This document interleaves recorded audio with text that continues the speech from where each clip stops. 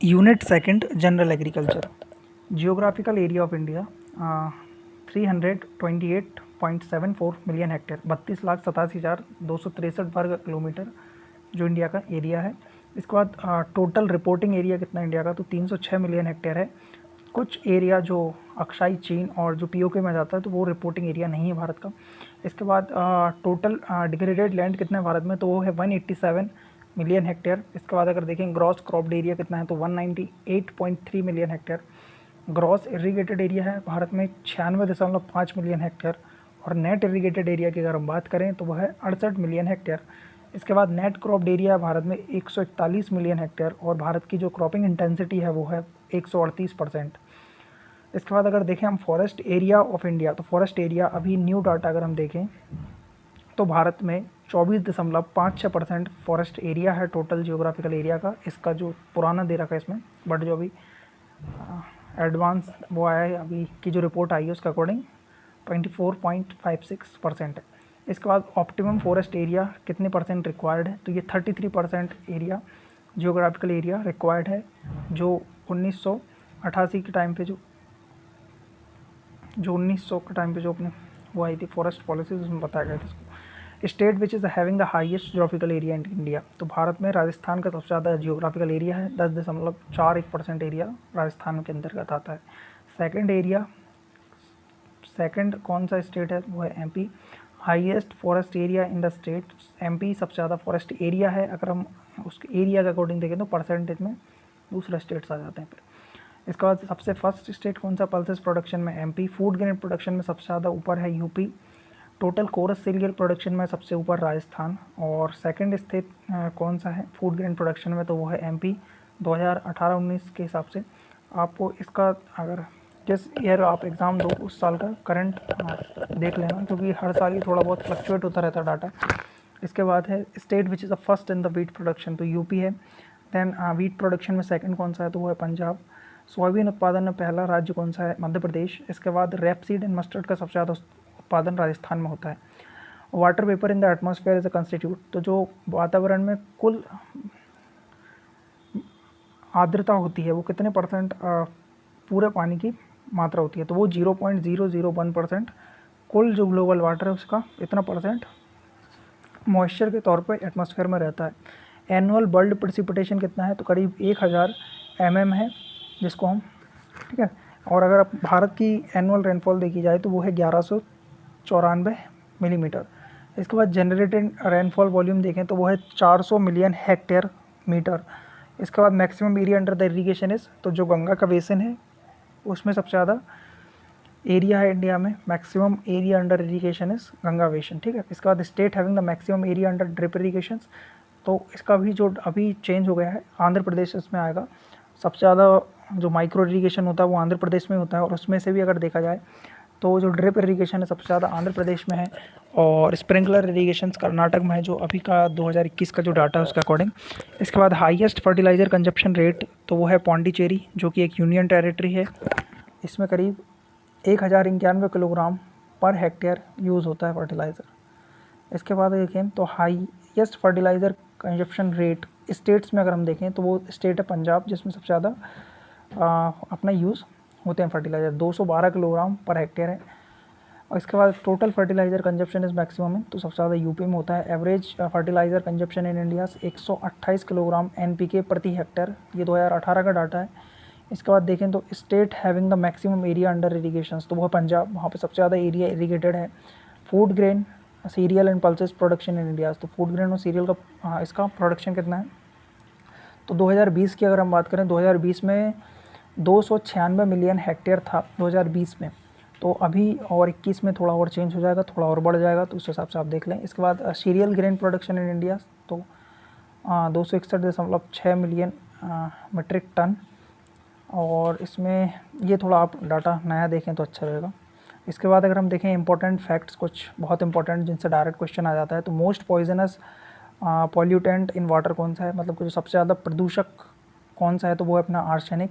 इसके बाद maximum concentration of ozone is found in, तो जो लोअर स्ट्रेटोस्फेयर होती है जिसी को हम ओजोनोस्फेयर भी बोलते हैं, उसमें सबसे ज़्यादा ओजोन का कंसंट्रेशन होता है, जो पृथ्वी पर आने वाली अल्ट्रावायलेट रेडिएशंस को रोकता है, जिससे कि त्वचा में जो कैंसर्स वगैरह होते हैं वो कम होते हैं। इसके बाद अगर हम देखें तो forest conservation act was enacted in the year, forest conservation act कब आया, तो ये आया 1980 के टाइम पे। The test has a self purification capacity of water bodies, ऐसा कौन सा टेस्ट है जो कि जो वाटर बॉडीज़ है उसका सेल्फ प्योरीफिकेशन करने की क्षमता रखता है, तो वो अपना BOD test, biological oxygen demand.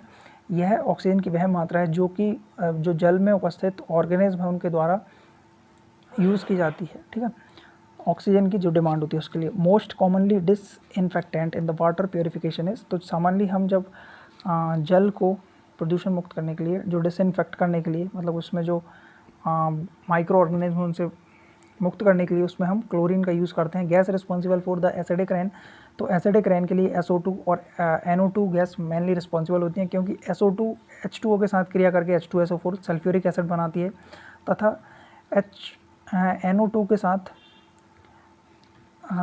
साथ H2 का क्रिया करके HNO3 बनाता है। इसके बाद अगर देखें तो pollutant free alternative to petrol for the automobiles, तो जो प्रोपेन है वो ऑटोमोबाइल्स से जनरली जनरेट होता है। Gas responsible for the Bhopal gas tragedy, तो 1984 में जो भोपाल में गैस ट्रेजेडी आई थी उसमें कौन सी गैस मुख्यतः जिम्मेदार थी, तो वो थी मिक मेथाइल आइसोसाइनेट। कार्बाइल में जिसको कार्बाइल जो इंसेक्टिसाइड होते हैं उसको बनाने में इसका प्रयोग किया जाता है। Author of the famous book silent spring 1962, तो जो साइलेंट स्प्रिंग जो बुक है उसके लेखक कौन है, इसके लेखक रिचर्ड कार्सन है, जिन्होंने जो DDT के हानिकारक प्रभाव होते हैं उनके बारे में बताया था कि जो DDT है वो इतना हानिकारक क्यों है। इसी बुक को आधार बना के USA में फिर इसको बैन कर दिया गया, और 1989 में इसको फिर इंडिया में भी बैन कर दिया गया था DDT के लिए। बट इसका अभी भी कुछ जगह पे यूज़ होता है जो कि मेडिसिनल पर्पज़ के लिए, जैसे कि मच्छर वगैरह को इनसे बचने के लिए और थोड़े बहुत उसमें प्रयोग होता है, बट बाकी इसको आप एज ए एग्रीकल्चर में यूज़ नहीं कर सकते। लार्जेस्ट ओशियन कौन सा है, तो पैसिफिक ओशियंस, प्रशांत महासागर सबसे बड़ा वो है। इसके बाद इस्टेब्लिशमेंट ऑफ नाबार्ड, तो नाबार्ड की स्थापना कब हुई, 12 जुलाई 1982 को, और 12 जुलाई को ही हम नाबार्ड डे मनाते हैं। RBI was established in the year, RBI की स्थापना कब हुई, RBI की स्थापना हुई 1935 में, ठीक है। इसके बाद देखें तो protein are made up from the chain of, तो प्रोटीन किससे बने होते हैं, प्रोटीन एमिनो एसिड से बने होते हैं, ठीक है, जिनके बीच में क्या होता है, पेप्टाइड बॉन्ड होता है। Ozone depletion is mainly due to the, तो ओजोन का डिप्लीटेशन मेनली किसके द्वारा होता है, तो वो अपना CFC क्लोरोफ्लोरोकार्बन के द्वारा होता है, और 1 मोल CFC करीब 1 लाख ओजोन मॉलिक्यूल्स को नष्ट कर सकती है, ठीक है। इसके बाद देखें तो gas filled in the fire extinguisher cylinders is, जो आग बुझाने वाले सिलेंडर्स होते हैं उसमें हम कौन सी गैस का प्रयोग करते हैं, तो उसमें हम CO2 गैस का प्रयोग करते हैं। जब हम मोमबत्ती को या किसी भी जलती हुई चीज़ को बुझाते हैं तो हम जो अपने मुंह से CO2 छोड़ते हैं उसी के कारण वो बुझ पाती है, तो इसमें क्या होती है, CO2 गैस फिल्ड होती है। Contribution of agriculture to GDP, तो GDP में कृषि का योगदान कितना है, इस साल का अगर हम देखें 2020-21 का, तो इस साल जो योगदान रहा है वो 19.6% का योगदान रहा है एग्रीकल्चर का, जो कि पिछले सालों की तुलना में बढ़ा है। इसके बाद plough which is a use to turn over the soil, तो कौन सा प्लाऊ है जिसको सॉइल को टर्न करने में यूज़ किया जाता है, वो है मोल्ड बोर्ड प्लाऊ। इसके बाद carbohydrate which is only present in animal cells, तो कार्बोहाइड्रेट जो एनिमल सेल्स में प्रेजेंट होता है वो है glycogen. The pesticide consumptions is maximum in the, pesticide consumptions Andhra Pradesh में मैक्सिमम है, इसके लिए आप न्यू डाटा प्रेफर करें। इसके बाद प्रेजेंट यूनियन मिनिस्टर इज़, तो जो नरेंद्र सिंह तोमर हैं ये प्रेजेंट यूनियन मिनिस्टर हैं एग्रीकल्चर के। इसके बाद total KVK in India's up to January 2021, तो जनवरी 2021 तक करीब 721 KVK कृषि विज्ञान केंद्र थे, और इसके बढ़ते ही जाएंगे जैसे जैसे टाइम निकलता जाएगा। तो इसका भी आप न्यू डाटा देखें जस्ट एग्ज़ाम के पहले। और प्रेजेंट अगर DG की बात करें तो जो डायरेक्टर जनरल होते हैं ICAR के वो हैं त्रिलोचन महापात्रा, और फर्स्ट डायरेक्टर जनरल कौन से हैं, तो वो हैं अपने BP Pal. Recently band pesticide is, तो जो अभी कुछ पेस्टिसाइड्स को बैन किया गया है, इसमें जो मेनली दिया नहीं, जो 17 पेस्टिसाइड्स को बैन किया गया 2020 के टाइम पे शायद, तो 2013 में एंडोसल्फोन को बैन किया गया, और बिनोमाइल और कार्बेराइल डाइएजोनॉन और फिनोथियान मेथाइल पायरेथियन इनको 2018 में बैन किया गया है।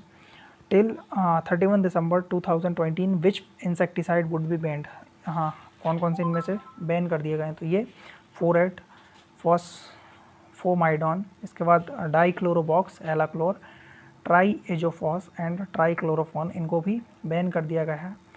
इसके बाद first all India coordinated research project जिसे हम बोलते हैं कि एक्रिप, उसको सबसे पहले कौन सी क्रॉप पे स्टार्ट किया गया था, तो वो थी मेज। 1957 में इसको स्टार्ट किया गया था। इसी की सफलतापूर्वक देखा जाए तो इसी के प्रयोग द्वारा 1961 में जो 4 गंगा 101, दक्कन और रंजीत, ये 4 वैरायटीज़ को रिलीज़ किया गया था। First national research centre NRC जिसको हम बोलते हैं, ये ग्राउंडनट पे इस्टेब्लिश किया गया था, जो कि जूनागढ़ गुजरात में थी। ठीक है, the region inhabited by the living organism land oceans and atmosphere is, तो जो लिविंग ऑर्गेनिज्म द्वारा जो रीजन रहता है जिसमें वो रहते हैं, जैसे कि लैंड हो गया, ओशियंस और एटमॉस्फेयर, इसको हम क्या बोलते हैं, बायोस्फेयर। बायो मतलब होता है कोई भी लिविंग चीज़, और स्फेयर मतलब इस जगह में वो हैं या घिरे हुए उसको। Name the plant which produce food themselves through the photosynthesis, मतलब कि वह उसको क्या कहेंगे जो अपना फूड स्वयं बना ले, तो उसे हम बोलते हैं फोटोट्रॉप्स, ऑटोट्रॉप्स या प्रोड्यूसर्स कहते हैं। इसके बाद sui generis used in the GATT proposals is a Latin word means a system of its own. जो सुई जेनरिस वर्ड है जिसको general agreement on traffic and trade 1948 में प्रपोज किया गया, ये एक लैटिन वर्ड है जिसका मतलब होता है कि ए सिस्टम ऑफ इट्स अवन, खुद का ही एक सिस्टम होना। इसके बाद अगर देखें next, India won the Neem patent in the March 2005 from the GR grace company of America since 1999। 1999 से जो अमेरिका की GR ग्रेस कंपनी थी उसके पास क्या था, नीम का पेटेंट था, बट भारत ने इसका बोला कि ये जो नीम का पेटेंट है भारत का है, और उसने अपील की इंटरनेशनल लेवल पे, और उसने ये नीम का पेटेंट इंडिया ने जीत लिया मार्च 2005 में। In northern India sometimes rain takes place in the winter which is due to the, कई बार जो उत्तरी भारत है उसमें विंटर के टाइम पे रेन आ जाती है, तो ये किसके कारण आता है, तो ये जो विंटर डिप्रेशंस उठते हैं इनके कारण आता है ये। इसके बाद in the total agricultural credit the contributions of the commercial bank is highest, जो टोटल एग्रीकल्चरल क्रेडिट है उसमें सबसे ज़्यादा योगदान किसका है, तो वो है कमर्शियल बैंक का, सबसे ज़्यादा 74%। फिर इसके बाद देखें तो कोऑपरेटिव बैंक 17% और रूरल बैंक्स का मात्र 9% योगदान है। तो ये भी कई बार कॉम्पिटेटिव एग्जाम्स पूछा गया कि कौन से सबसे ज़्यादा कंट्रीब्यूट करता है, तो वो है अपने कौन से, कमर्शियल बैंक 74% कंट्रीब्यूट कर रहे हैं इंडिया में। Agriculture come into existence in the 7500 BC when the cultivations of wheat and barley first started, तो सबसे पहले कल्टिवेशन से स्टार्ट किया गया व्हीट एंड बार्ले का 7500 BC के टाइम पे, और डॉग का डोमेस्टिकेशन कब हुआ था, करीब अपना 10,000 साल पहले। Minimum support price of the various crops are recommended by the commission on agriculture cost and price, जिसे हम CSE पे बोलते हैं। At present 25 commodities of 22 crops are covered under the MSPs and the fair and remunerative price for the sugar cane, तो ये fair and remunerative price FRP ये sugar cane के लिए दिया जाता है, और 25 जो कमोडिटीज़ हैं 22 क्रॉप्स की, इनको MSP के अंतर्गत कवर्ड किया गया है। इसके बाद एक और जो क्वेश्चन आया था अभी, जो UPPSC का एग्ज़ाम था उसमें ये पूछा गया था कि जो मिनिमम सपोर्ट प्राइस है किसके बेसिस पर डिसाइड किया जाता है, तो ये उसकी जो एवरेज कॉस्ट होती है उसके बेसिस पे ये कैलकुलेट किया जाता है। ठीक है, accumulations of nutrients in the lake और pond due to the human interventions of the natural process called as eutrophications. ठीक है, उसमें जो पोषक तत्वों की मात्रा बढ़ने से उसमें क्या होता है, यूट्रिफिकेशंस देखने को पड़ता है। In India is meeting 85% of its urea requirement through indigenous production, but depends heavily on the imports for the phosphatic and potassic fertilizers requirement. Bharat अपनी जो आवश्यकता की करीब 85% फर्टिलाइज़र खुद बना लेता है, बट ये फॉस्फेटिक तथा पोटासिक फर्टिलाइजर्स को मेनली विदेशों से एक्सपोर्ट करता है, जैसे कि कनाडा वगैरह ये जो कंट्रीज़ हैं इनसे, और मोरक्को, इन कंट्रीज से भारत पोटासिक और फॉस्फेटिक फर्टिलाइजर्स मेनली इंट्रोड्यूस करता है। ICAR इंस्टीट्यूट्स की बात करें तो इससे जनरली बहुत ज़्यादा क्वेश्चन पूछे जाते हैं। इस साल जो ICAR JRF हुआ है उसमें भी 5 से 6 क्वेश्चन इससे डायरेक्ट पूछ लिए गए थे। ठीक है, तो IRI कहाँ पे है, नई दिल्ली में है। IVRI Indian veterinary research institute इज्जत नगर, NDRI national dairy research institute Karnal, CIFE central institute of fisheries education Mumbai में है। AAI Allahabad agriculture institute Allahabad UP में है। इसके बाद इनको आप देखते जाइए।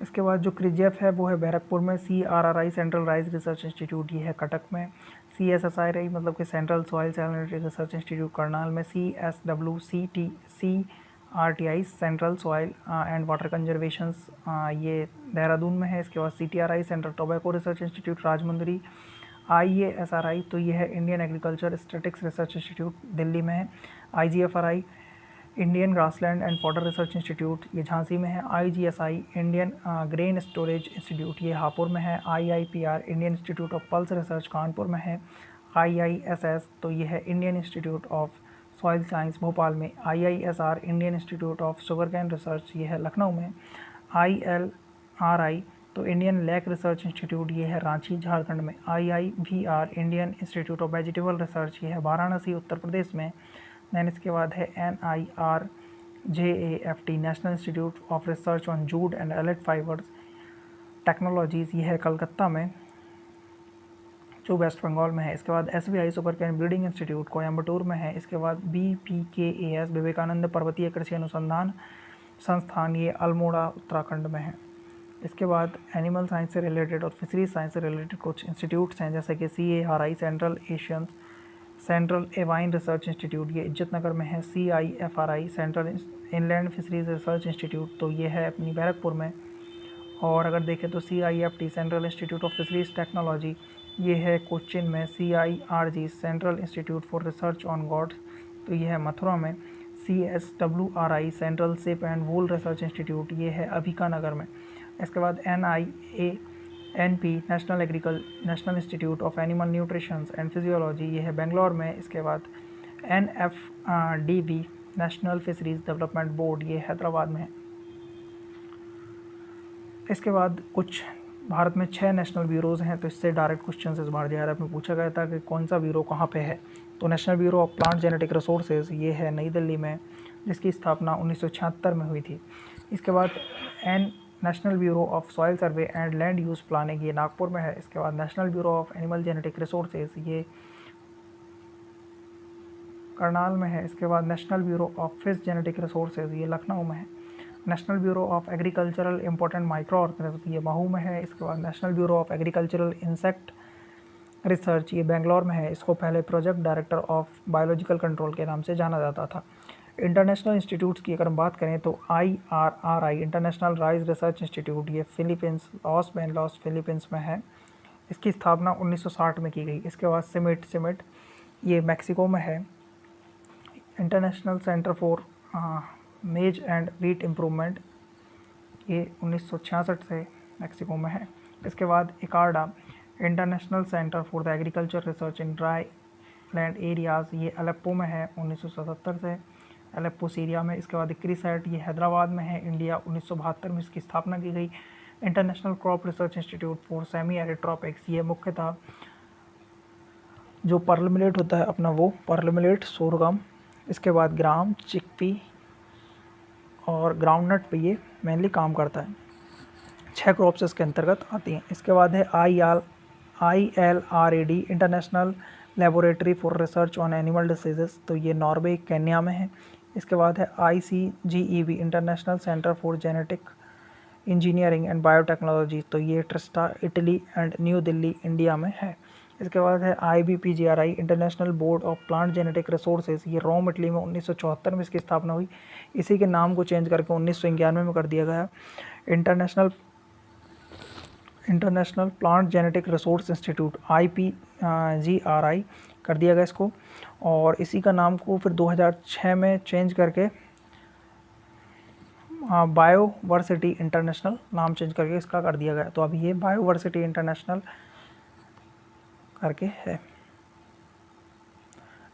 इसके बाद है IIMI तो इंटरनेशनल इरिगेशन मैनेजमेंट इंस्टीट्यूट ये है श्रीलंका में। इसके बाद है AVRDC तो Asian vegetable research and development centres ये ताइवान में है। मूंग सोयाबीन वगैरह इन सब क्रॉप पे ये काम कर रहा है और जो वेजिटेबल्स क्रॉप हैं वो भी इसी के अंतर्गत आती हैं। इसके बाद है IITA international institute of tropical agriculture ये नाइजीरिया में है और 1968 से वर्क कर रहा है। इसके बाद है CIET central international centre for tropical agriculture, ये कोलंबिया में है। अदर इंस्टीट्यूट्स की बात करें तो नार में, हैदराबाद में।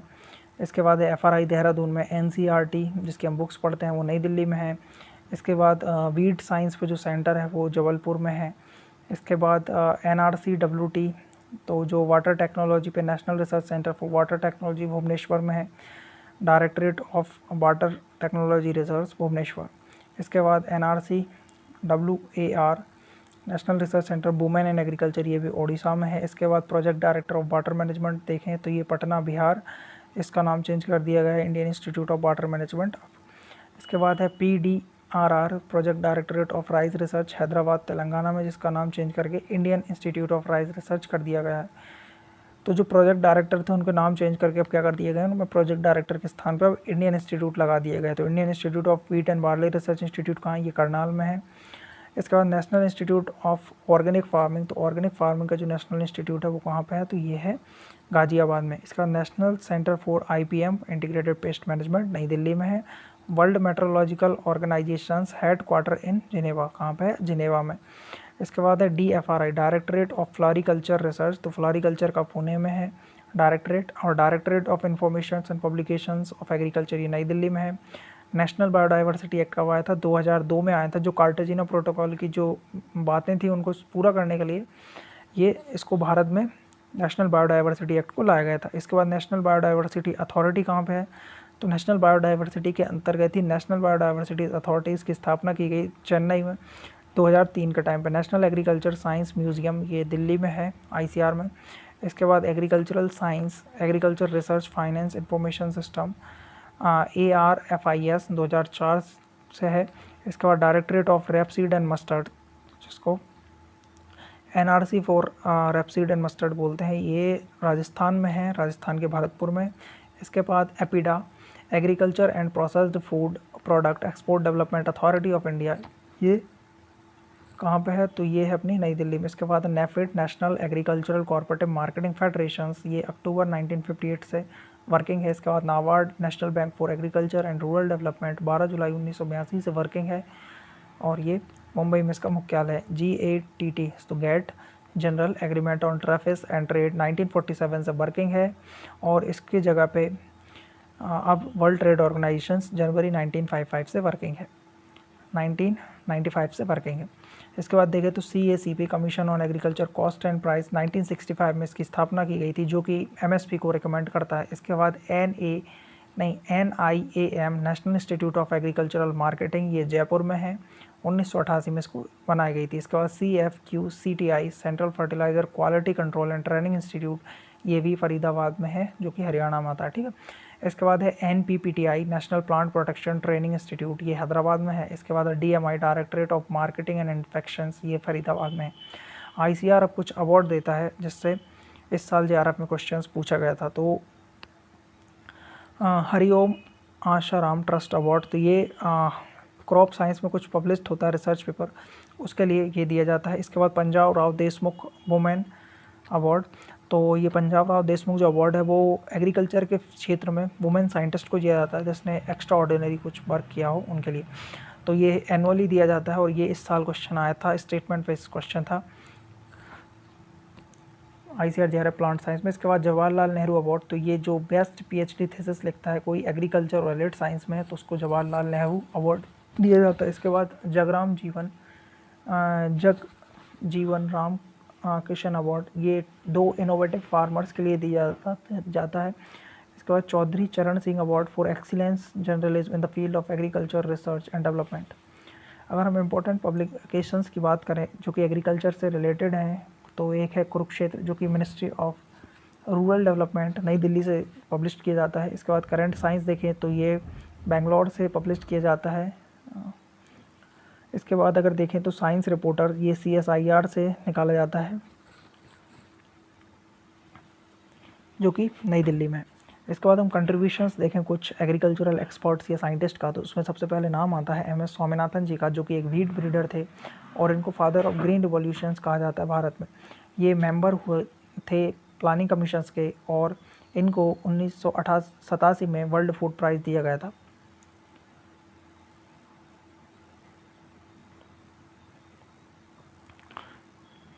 इसके बाद was honored as a Millennium Prize by the former Prime Minister A.B. Atal Bihari Vajpayee ji in 88th National Science Congress held on the 3 to 7 January 2001 at IERI New Delhi. Ex president of national commission on farmers of India, तो जो farmers पे commission बैठी थी 2004 के time पे, उसके भी ये प्रेसिडेंट रहे थे. And the book entitled wheat revolutions written by him, और उन्होंने एक किताब लिखी थी जिसका नाम था wheat revolutions. M S Swaminathan received first world food prize at the 11th global agriculture leadership summit in the New Delhi in October 2018. इसके बाद डॉक्टर नॉर्मन ई बोरलॉग, जिनको फादर ऑफ ग्रीन रिवॉल्यूशन कहा जाता है वर्ल्ड में, he was an American wheat scientist, जो कि एक प्लांट पैथोलॉजिस्ट थे. इनको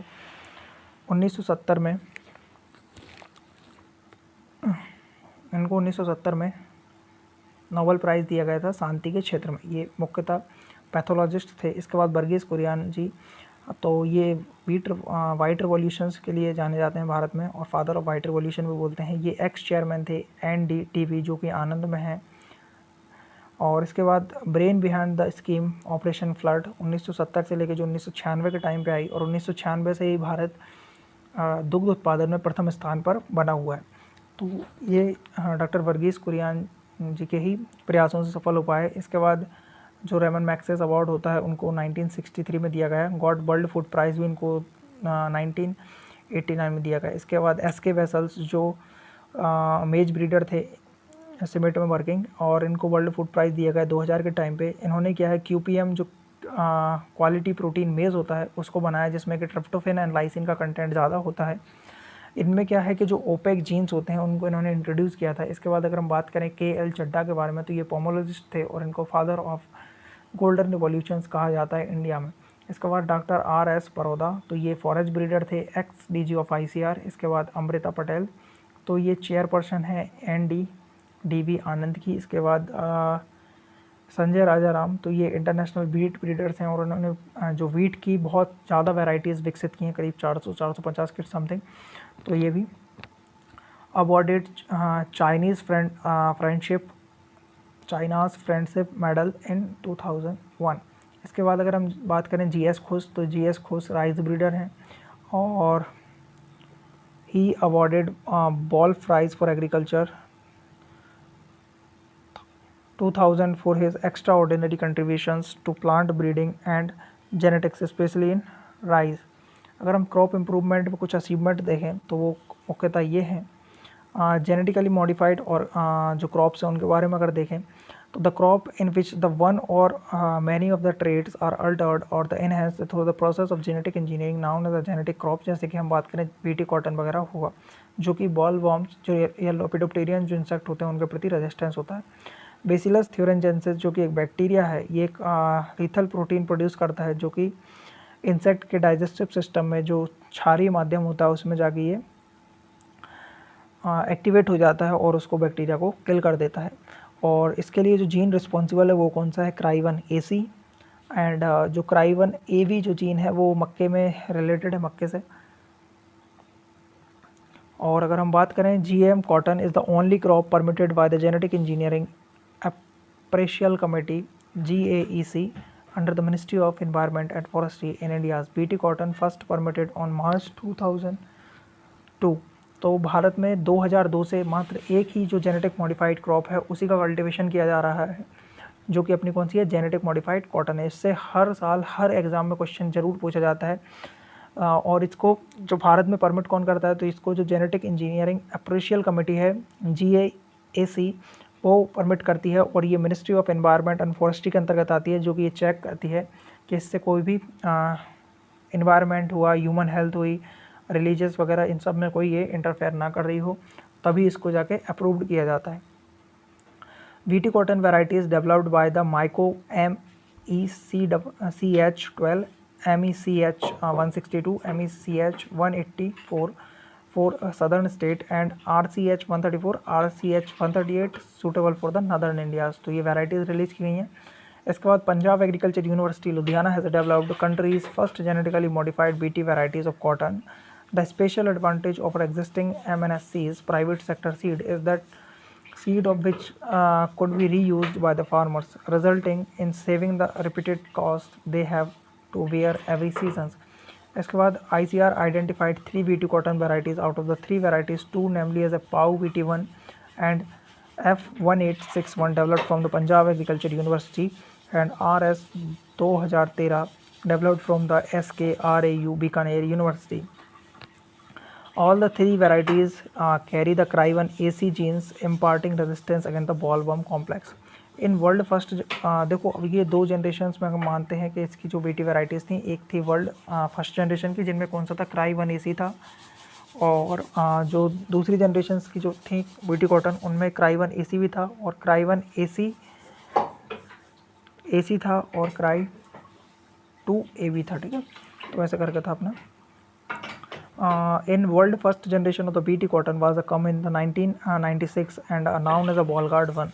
Myco collaborated with the Monsantos to develop BT varieties Bollgard 1 using Cry1 AC genes. Recently, beaten cotton varieties developed as a Bollgard 2 having the both genes Cry1 AC and Cry2 AV genes 2006 से ये चल रही हैं। इनको हम second generation के BT cotton बोलते हैं। फर्स्ट ट्रांसजेनिक क्रॉप कौन सी थी, तो ये बीटी टोबैको थी। ये भी इसी साल JRF में क्वेश्चन पूछा गया, प्लांट साइंस में कौन सी क्रॉप थी, मैच द कॉलम में से करके दे रखा था, ठीक है। Country having the first positions for the transgenic plant in USA, सबसे पहली कंट्री कौन सी है, वो है USA, जहाँ पे सबसे ज़्यादा ट्रांसजेनिक क्रॉप्स का उत्पादन किया जाता है। इंडिया की रैंक कौन सी है, तो इंडिया की रैंक 5th पोजीशन पे है इंडिया, जो कि मात्र एक क्रॉप का कल्टीवेट करते हैं भारत में, और जिसका एरिया करीब बीटी कॉटन का एरिया भारत में 13 कुछ हेक्टेयर्स के समथिंग है भारत में, और जिसके कारण भारत कौन से नंबर पे आता है, 5वें नंबर पे इंटरनेशनल लेवल पे कल्टीवेशन कर रहा है। और जो कॉटन की जो मेनली जो ग्रोथ की जाती है उसमें बहुत ज़्यादा योगदान बीटी वैराइटीज़ का ही जनरली ग्रो की जाती है भारत में।